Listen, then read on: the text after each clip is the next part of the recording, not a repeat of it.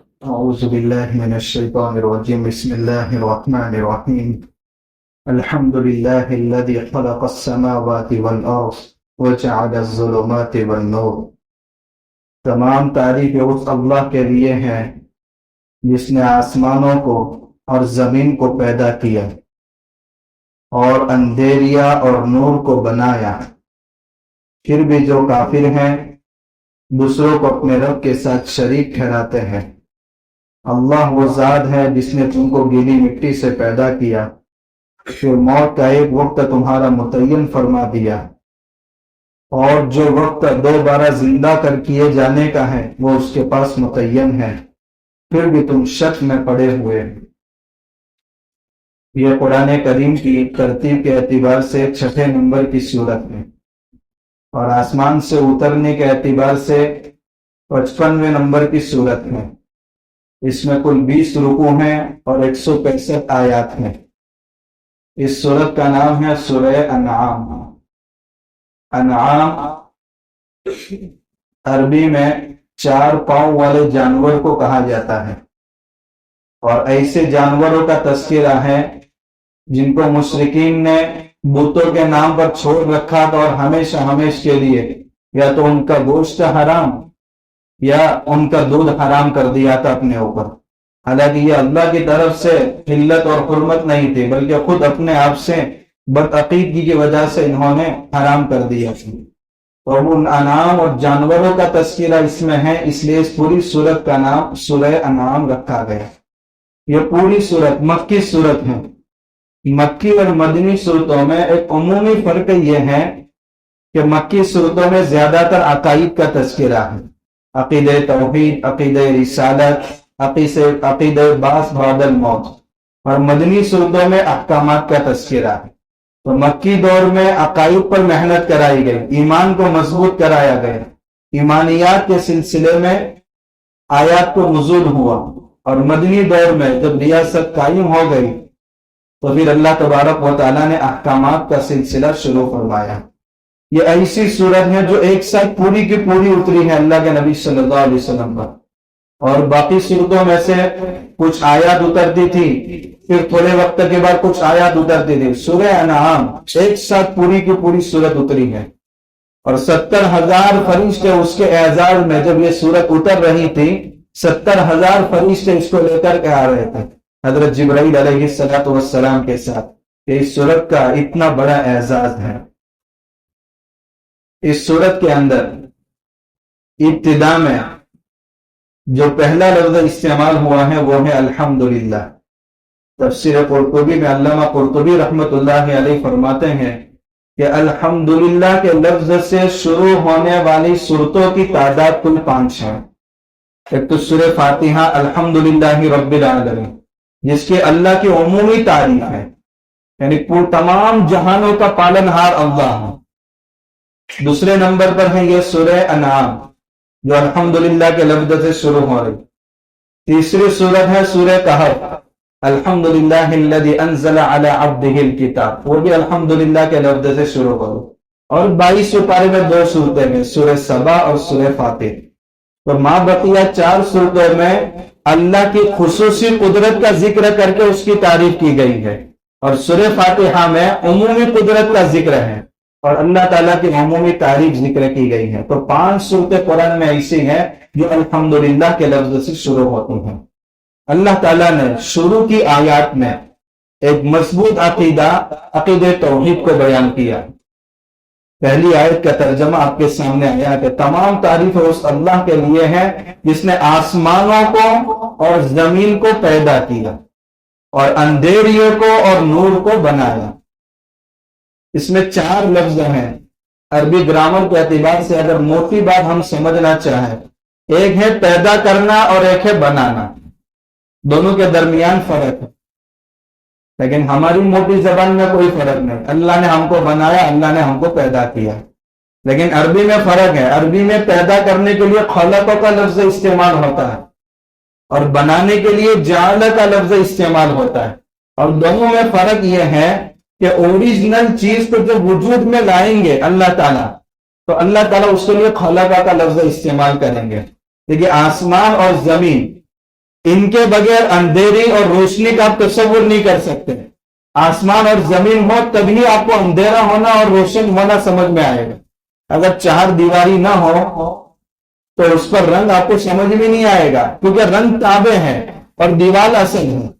تو آسمان اور زمین یہ اصل ہے، اور اصل چیز کی پیدائش کے لیے خلقہ کا لفظ استعمال ہوتا ہے. اور نورانی ہونا یا اندھیرا ہونا یہ اس کے تابع ہے. تو تابع کی بناوٹ کے لیے عربی میں جعل کا لفظ استعمال ہوتا ہے. دوسرا فرق دو لفظوں میں، جب اللہ تعالیٰ آسمانوں کا تذکرہ کرتے ہیں قرآن میں تو اس کے لیے پلورل کا لفظ استعمال ہوتا ہے. اللہ تعالیٰ نے آسمانوں کو پیدا کیا اور زمین کو پیدا کیا.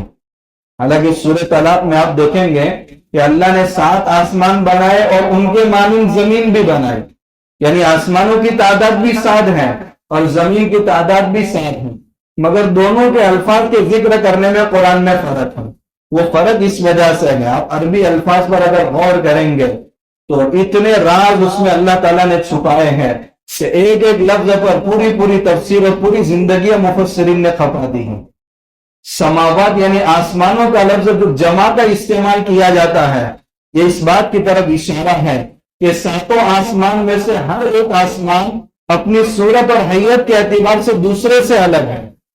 تو 7 آسمانوں کی حیت اور صورتیں اللہ نے الگ الگ بنائی ہے. وہ ہر آسمان ایک مستقل اپنے اندر ایک الگ حیت اور الگ صورت رکھتا ہے. اس لیے اللہ نے 7 آسمانوں کو جمع کے لفظ سے الگ الگ ذکر کیا. اور زمین کے جو پٹ اللہ نے بنائے ہیں وہ ایک دوسرے کے مشابہ ہیں، دوسرے سے جڑے ہوئے ہیں. تو 7 زمین صورت کے اعتبار سے ایک ہی نظر آتی ہیں، اس لیے وہاں جمع کا لفظ اللہ نے نہیں ذکر کیا، واحد کا لفظ ذکر کیا ہے. پھر ہمیں پوری سورہ انعام پوری کرنا ہے. اس کے بعد اللہ تعالیٰ نے بعث بعد الموت کے عقیدے کا تذکرہ کیا کہ اللہ وہ ذات ہے جس نے تم کو گیلی مٹی سے پیدا کیا اور تمہارا موت کا وقت بھی ہر ایک کا متعین کر دیا. موت آئے گی، من ماتا فقد قامت قیامتہ، جس شخص کی موت آ گئی اس کی شخصی انفرادی قیامت تو اسی وقت آ گئی. مگر حساب کتاب کے لیے اللہ تعالیٰ دوبارہ زندہ کریں گے اور اس کے بعد موت نہیں آئے گی. دیکھیے اللہ تعالیٰ کا کرم دیکھیے. یا ایھا الانسان ما غرک بربک الکریم. اولاد کو نیک بنانے کی کوشش پوری کرنی چاہیے. جب انسان مر جاتا ہے اور قیامت قائم ہونے کے درمیان کتنا فاصلہ ہے، بہت بڑا فاصلہ ہے. اب یہ شخص کچھ کر نہیں سکتا، لیکن اگر اولاد نیک ہے یا کوئی ایسا کام دنیا میں جاری کر کے گیا ہے تو قیامت تک اس کا صدقہ جاریہ اس کو نصیب ہوتا رہے گا. تو اللہ نے موت کے بعد بھی موقع دیا ہے کہ ہو سکتا ہے کہ نیکیوں کی اتنی کثرت ہو جائے کہ موت پر تو جہنم کا فیصلہ ہوا تھا، لیکن قیامت کے دن جب اٹھے گا تو نیکیوں کا پلڑا بھاری ہوگا. اس لیے ہمیں کچھ ایسے بھی کام کر کے جانا چاہیے، چاہے اولاد کو نیک بنائے یا کوئی صدقہ جاریہ کا کام کر کے جائے. پھر آگے فرمائے کہ اللہ نے دوبارہ زندہ کیے جانے کا وقت بھی اللہ کے پاس متعین ہے. ثم انتم تمترون. کافر تو واقعی شک میں پڑے ہوئے ہیں اور مسلمان اپنے عمل سے ایسا بتا دے کہ شک ہو رہا ہے ان کو، مطلب آخرت سے اتنی غفلت ہے.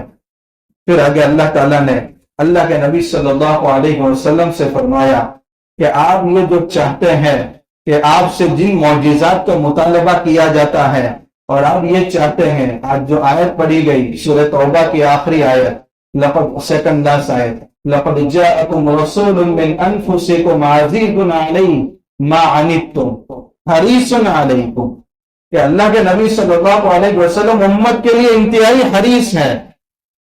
آپ کو برداشت نہیں ہوتا کہ آپ کی امت کا ایک فرد بھی جہنم میں جائے. اس لیے اللہ کے نبی صلی اللہ علیہ وسلم پوچھتے تھے کہ اللہ یہ معجزے کا مطالبہ کر رہے ہیں، اگر وہ معجزہ دے دیا جائے تو یہ بھی ایمان لے آئیں گے. تو اللہ تعالیٰ فرماتے ہیں کہ ان کا اعراض بڑھتا جائے گا. آپ اپنے آپ کو پگھلائیے نہیں، آپ اپنے آپ کو ان کے پیچھے ہلاکتی میں مت ڈالیے. اور پھر کفار کو کہا گیا تمہاری کیا حیثیت ہے. لیکن جب قوموں کا تذکر آئے گا تو انشاءاللہ اس وقت بتائیں گے کہ گزشتہ قوموں میں کون کون سی بیماریاں تھی جس کی وجہ سے اللہ نے ان کو ہلاک کیا تھا، تاکہ وہ بیماریاں ہمارے اندر پیدا نہ ہو. انشاءاللہ آگے ہی سورہ ہود وغیرہ کا تذکر آ رہا ہے. اس میں ایک بیماری یہ تھی کہ اپنی طاقت کا غرور تھا ان میں، قوم عاد میں اپنی طاقت کا بہت غرور تھا۔ اللہ تعالیٰ کفار مکہ کو اور ان کی وساطت سے قیامت تک آنے والے تمام جو طاقت کے غرور میں مبتلا ہے، اللہ ان کو فرماتا ہے ارے ہم نے تم کو تو کچھ بھی طاقت نہیں دی، تم سے پہلے کتنی قومیں ایسی تھی جن کو ہم نے زمین میں طاقت عطا فرما رکھی تھی کہ جس کا عنصر سر بھی تمہارے پاس نہیں، پھر بھی ہم نے ان کو ہلاک کر دیا، تو تمہاری کیا حیثیت ہے؟ آگے اللہ کے نبی صلی اللہ علیہ وسلم کو فرمایا گیا یہ اپنے مطلوبہ معجزے کا مطالبہ کرتے ہیں، آسمان سے پرچی اتارے ہم جس میں تمہاری نبوت کی تصدیق بھی ہو، اور یہ انکار کرنے والے اس پرچی کو ہاتھ بھی لگائے تو بھی زبان سے یہ کہیں گے یہ کھلا ہوا جادو ہے۔ اس لیے آپ ان کے پیچھے نہ پڑے۔ ان کا ایک مطالبہ یہ تھا کہ یہ ہماری طرح انسان ہے، بازاروں میں گھومتے ہیں، کھانے پینے کی ان کو ضرورت پیش آتی ہے، اگر فرشتہ ہمارے پاس نبی بن کر آتا تو ہم ضرور ایمان لاتے۔ تو اللہ تعالیٰ فرماتے ہیں اگر ہم فرشتے کو بھیج دیتے تو مشاہدہ والا ایمان تو ہمارے وہاں نہ مطلوب ہے نہ معتبر ہے۔ آخرت کو کسی نے دیکھ لیا اور کہہ رہا میں ایمان لایا، کیا فائدہ؟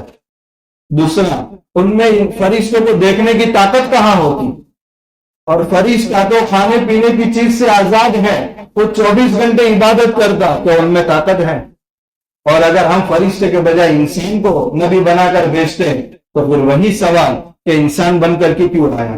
تو انسان پسند نہیں ہے، اور فرشتہ بھیجتے ہیں تو فرشتے کو دیکھنے کی طاقت نہیں ہے۔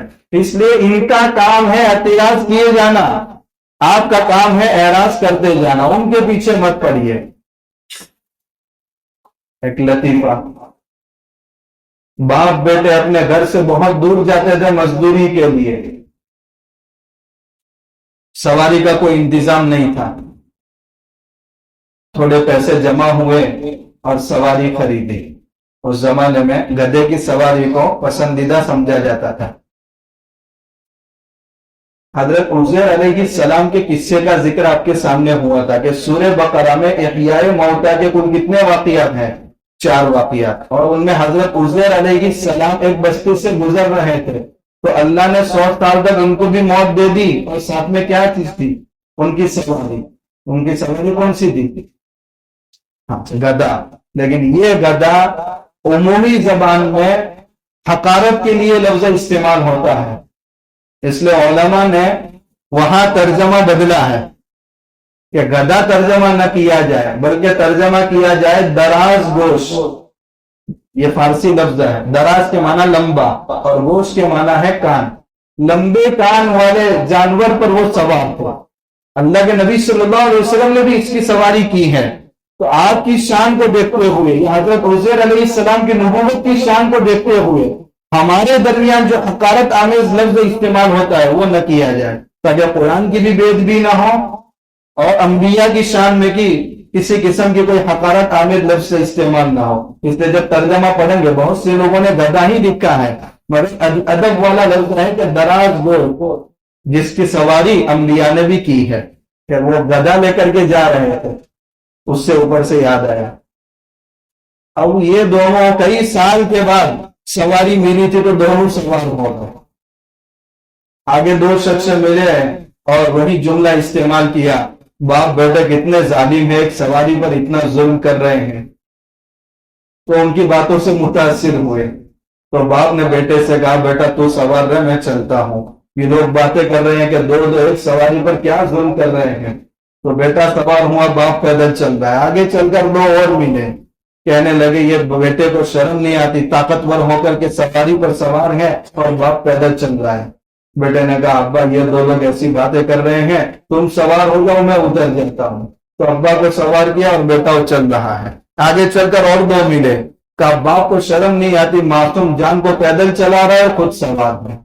باپ نے کہا بیٹا تو بھی مت سوار ہو، میں بھی مت سوار ہوتا ہوں، اور گدھا بھی چلے گا، ہم بھی چلیں گے۔ اور 2 آگے ملے، کہنے لگے سواری کے ہوتے ہوئے پیدل چل رہے ہیں۔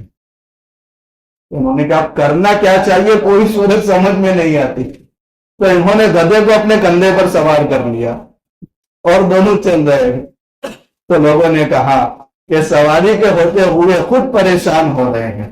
تو یہ اللہ کے نبی صلی اللہ علیہ وسلم کو کہا جا رہا ہے ان کے مطالبات ختم نہیں ہوں گے، اس لیے اب ان کے پیچھے نہ پڑے۔ بلکہ اللہ تبارک و تعالیٰ نے اپنائیت کا کیسا مظاہرہ کیا ہے. وَإِن كَانَ تَبُورُ عَلَيْكَ يَعْرَضُهُمْ، اے نبی اگر ان کا اعراض کرنا آپ کو بہت مشکل گزرتا ہے، صعب گزرتا ہے، تو اب یا تو آسمان میں سیڑھی لے کر چل جائے یا زمین میں سرنگ بنا لے اور جو معجزہ وہ مانگتے آپ لا کر دے دو. میرے محبوب، ان چیزوں کے پیچھے آپ کو پڑھنے کی ضرورت نہیں ہے. اللہ نے دنیا کا نظام ہی ایسا چلایا ہے اور سب کو فری ول دے رکھی ہے. جو اپنے اختیار سے ایمان قبول کرے اس کا ویلکم کیا جائے، اور جو روح گردانی کر رہا ہے آپ کے ذمہ صرف بات کو پہنچا دینا ہے. آپ ان چیزوں کے پیچھے نہ پڑے. اس کے بعد ایک اور آیت سورہ انعام میں ایسی ہے جس میں فرمایا گیا کہ ایک تو گناہ سے بچنا بھی ضروری ہے اور گناہ کی مجلس سے اپنے آپ کو بچانا بھی ضروری ہے. وَإِذَا رَأَيْتَ الَّذِينَ يَخُوضُونَ فِي آيَاتِنَا، آپ دیکھیں ان لوگوں کو جو ہماری آیات کا مذاق اڑا رہے ہیں، تو اے نبی آپ ان سے اعراض کیجیے. ہاں، جب تک ان کی مذاق ختم نہ ہو اس مجلس میں آپ نہ بیٹھیں. معلوم ہوا اس سے کہ کسی مجلس کے اندر اگر کسی کی غیبت ہو رہی ہے تو اپنے آپ کو غیبت سے بچانا بھی ضروری ہے اور ایسی مجلس سے بھی بچانا ضروری ہے. اور اللہ کے نبی صلی اللہ علیہ وسلم کو اس کا حکم دیا گیا. اگر بھول سے شیطان آپ کو بٹھا دے، بعد میں یاد آ جانے کے بعد فوراً وہ مجلس چھوڑ دے کہ اس میں غلط کام ہو رہا ہے. ایک اور آیت میں، یہ آیت اس وقت نازل ہوئی جب کفار مکہ نے اللہ کے نبی صلی اللہ علیہ وسلم سے کہا کہ ہم بھی چاہتے ہیں کہ آپ کی مجلس میں آئے اور آپ کی باتوں کو دھیان سے سنیں، مگر ہم دیکھتے ہیں کہ کچھ فقراء آپ کی مجلس میں بیٹھے رہتے ہیں جن کے بال پرا گندا ہے اور ان کا حال بھی ایسا خستہ ہے، کپڑے بھی پھٹے پرانے ہیں، کھانے کو 2 وقت کی روٹی نصیب نہیں ہے. اشارات حضرت بلال رضی اللہ تعالیٰ عنہ کی طرف، حضرت صہیب رومی رضی اللہ تعالیٰ عنہ کی طرف، حضرت مقداد بن الاسود رضی اللہ تعالیٰ عنہ کی طرف. حضرت عمر رضی اللہ تعالیٰ عنہ نے بھی کہا یا رسول اللہ اگر ان بڑے لوگوں کی مجلس اگر الگ منعقد ہو سکتا ہے کہ ایمان لے آئے. تو اللہ کے نبی صلی اللہ علیہ وسلم کے دل میں بھی یہ بات تھی کہ یہ لوگ ایمان لے آئے. صحابہ کرام کی حقارت مقصود نہیں تھی. حضرت عمر رضی اللہ تعالیٰ عنہ بھی یہی چاہ رہے. ابھی یہ بات خیال کی حد تک تھی اور قرآن کی آیت نازل ہوئی. آپ ان لوگوں کو اپنے پاس سے نہ دھتکارے جو صبح شام اللہ کو پکارتے ہیں.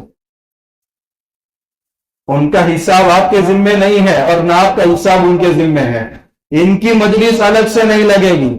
آنا ہو تو سب ساتھ میں آ کر کے بیٹھیں گے اور سب ساتھ میں دین کی بات سنیں گے.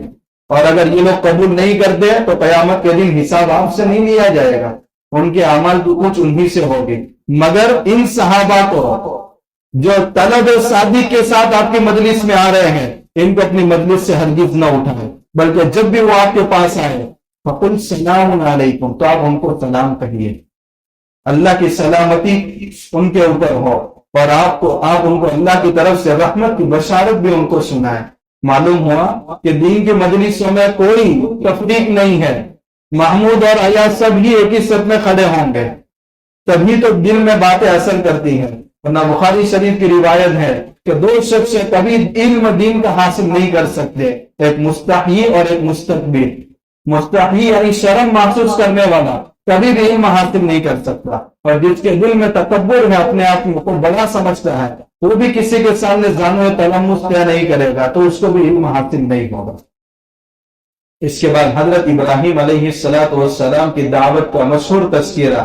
عراق کی سرزمین پر تن ہے تنہا، باپ بھی مخالف، نمرود بھی مخالف اور قوم بھی مخالف. یہ کہنا آسان ہوتا ہے مگر ان حالات کو برداشت کرنا بہت مشکل ہوتا ہے. لیکن جس کے دل میں کامل ایمان ہوتا ہے، تقوی ہوتا ہے، اللہ کے اوپر بھروسہ ہوتا ہے، تو ان سب حالات کو بہت آسانی سے برداشت کر لیتا ہے. حضرت ابراہیم علیہ السلام کو اللہ نے خاص ملکہ عطا فرمایا تھا. کوئی منطقی دلائل قوم کو سمجھ میں نہ آئے ایسے پیش نہیں کیے. حساس مثالیں انہوں نے اپنی قوم کے سامنے، باپ کے سامنے اور نمرود کے سامنے پیش کی اور دعوت کو مؤثر انداز میں پیش کیا. چاہے وہ تسلیم نہ کرے مگر ان کا دل تو غائب ہو جائے گا کہ یہ آدمی جو بات کہہ رہا ہے وہ دلائل کے ساتھ کہہ رہا ہے. تو ان کی دعوت کا تذکرہ ہے، بہت مشہور واقعات ہے، آپ کے سامنے کئی مرتبہ وہ باتیں آ چکی ہیں. اس کے بعد ایک آیت ہے، جب یہ آیت نازل ہوئی ہے تو صحابہ کرام پریشان ہو گئے تھے.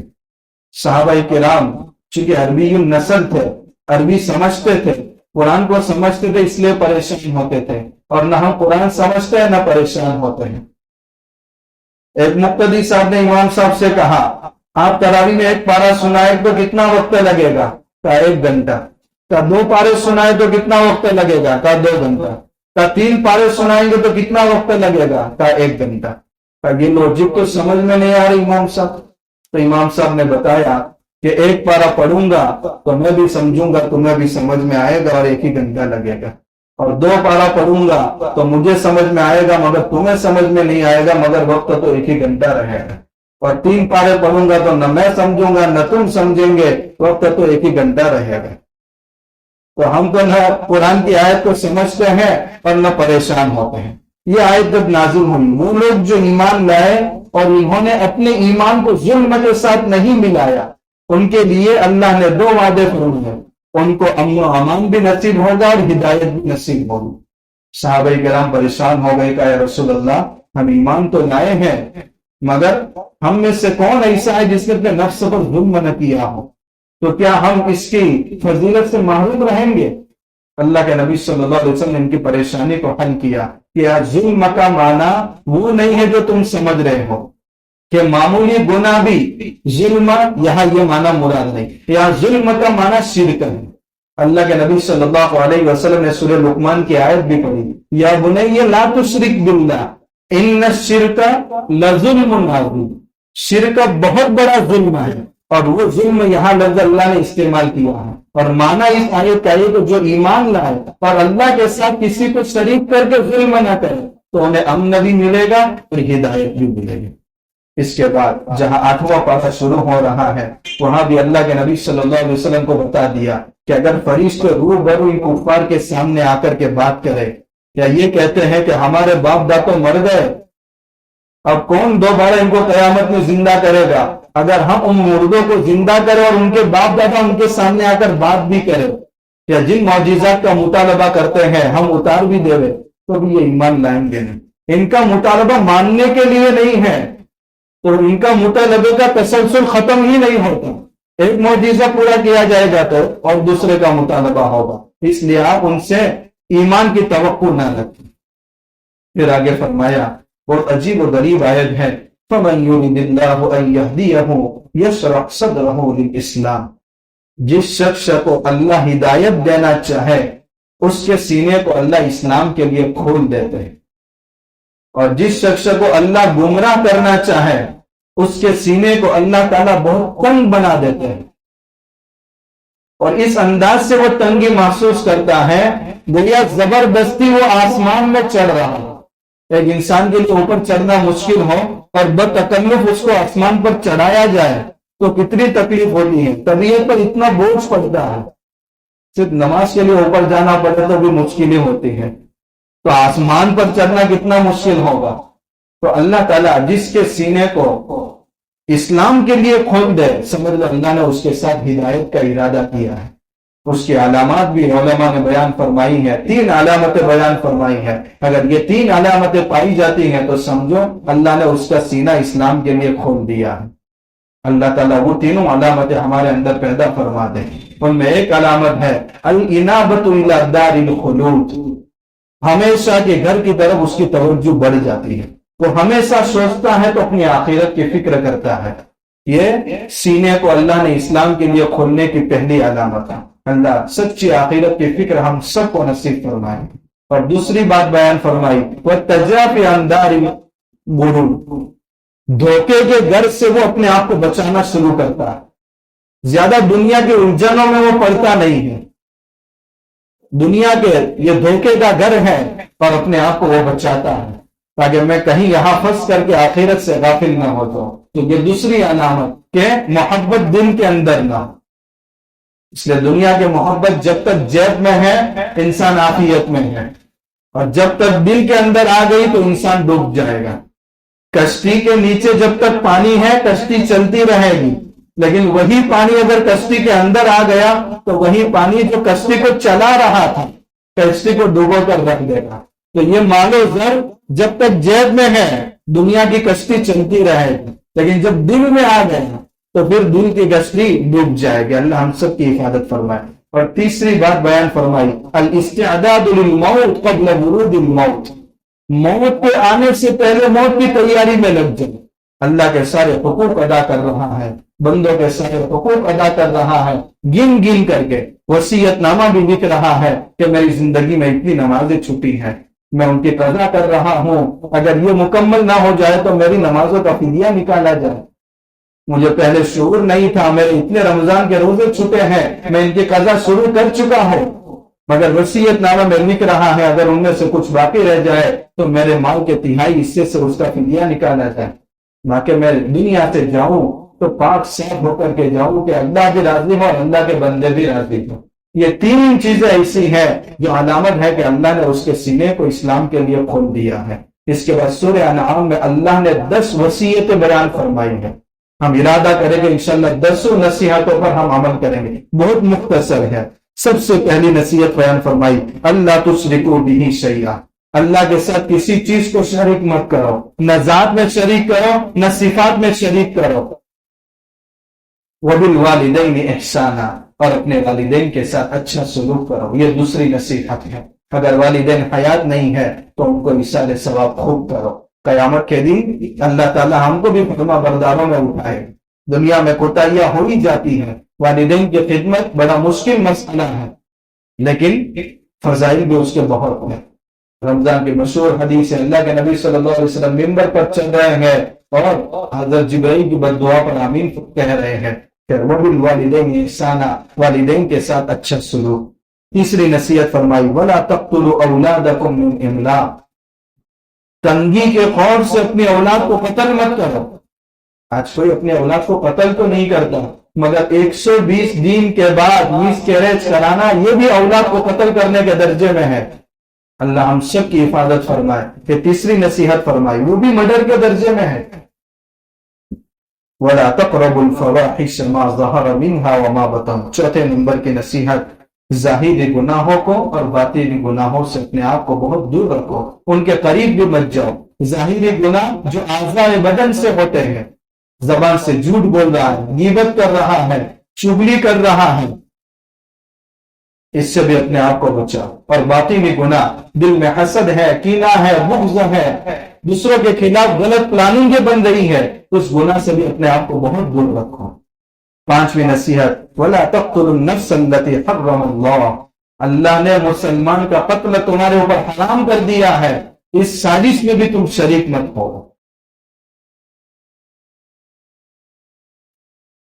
5 نصیحتیں ہوئی. چھٹی نصیحت وَلَا تَقْرَبُوا مَالَ الْيَتِيمِ. یتیم کے مال کے قریب بھی غلط ارادے سے مت جاؤ. بہت سی مرتبہ یتیم پرورش میں ہوتا ہے, والد کا انتقال ہو چکا ہے, وراثت میں مال آیا ہے, مگر کوئی حساب کتاب نہیں.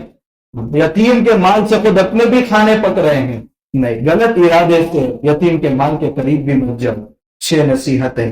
7ویں بیان فرمائی وَأَوْفُوا الْكَيْلَ وَالْمِيزَانَ بِالْقِسْطِ.